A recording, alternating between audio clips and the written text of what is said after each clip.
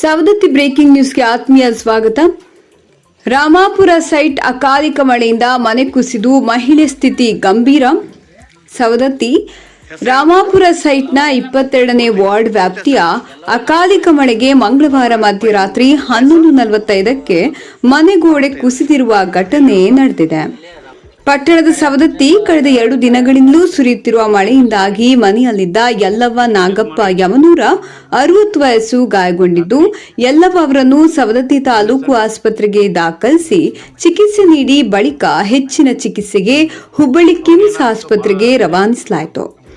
ಘಟನಾ ಸ್ಥಳಕ್ಕೆ ತಹಶೀಲ್ದಾರ್ ಮಲ್ಲಿಕಾರ್ಜುನ ಹೆಗ್ಗನ್ನವರ ಅವರು ಭೇಟಿ ನೀಡಿ ಸರ್ಕಾರದಿಂದ ಹಾನಿಗೊಳಗಾದ ಮನೆತನಕ್ಕೆ ಶೀಘ್ರ ಪರಿಹಾರ ನೀಡುವುದಾಗಿ ಹೇಳಿದರು.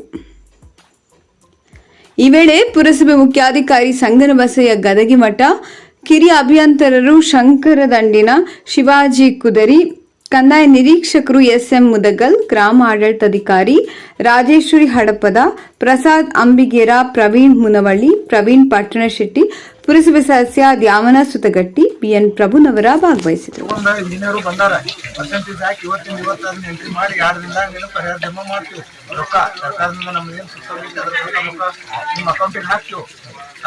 ಅದಕ್ಕೆ ಅದನ್ನ ಆಮೇಲೆ ರಿಪೇರಿ ಮಾಡ್ಕೊಂತೀವಿ. ಮನೆ ನಿಂತ ಮೇಲೆ ಬಂದ್ ರೊಕ್ಕವನ್ನ ಖರ್ಚು ಮಾಡ್ಬಿಡವನ್ನ ಈ ಸದ್ಯ ಮಟ್ಟಿಗೆ ಬೇರೆ ಯಾವ್ದಾರ ಮನೆಯಾಗ, ಬಾಡಿಗೆ ಮನೆಯಾಗಾರ, ರಿಲೇಷನ್ ಮನೆಯಾಗಾರ ಎಲ್ಲಾರ ವಾಸ ಮಾಡಿ ಇಲ್ಲಿ ಇರಕ್ ಹೋಗ್ಬಿಡ್ರಿ.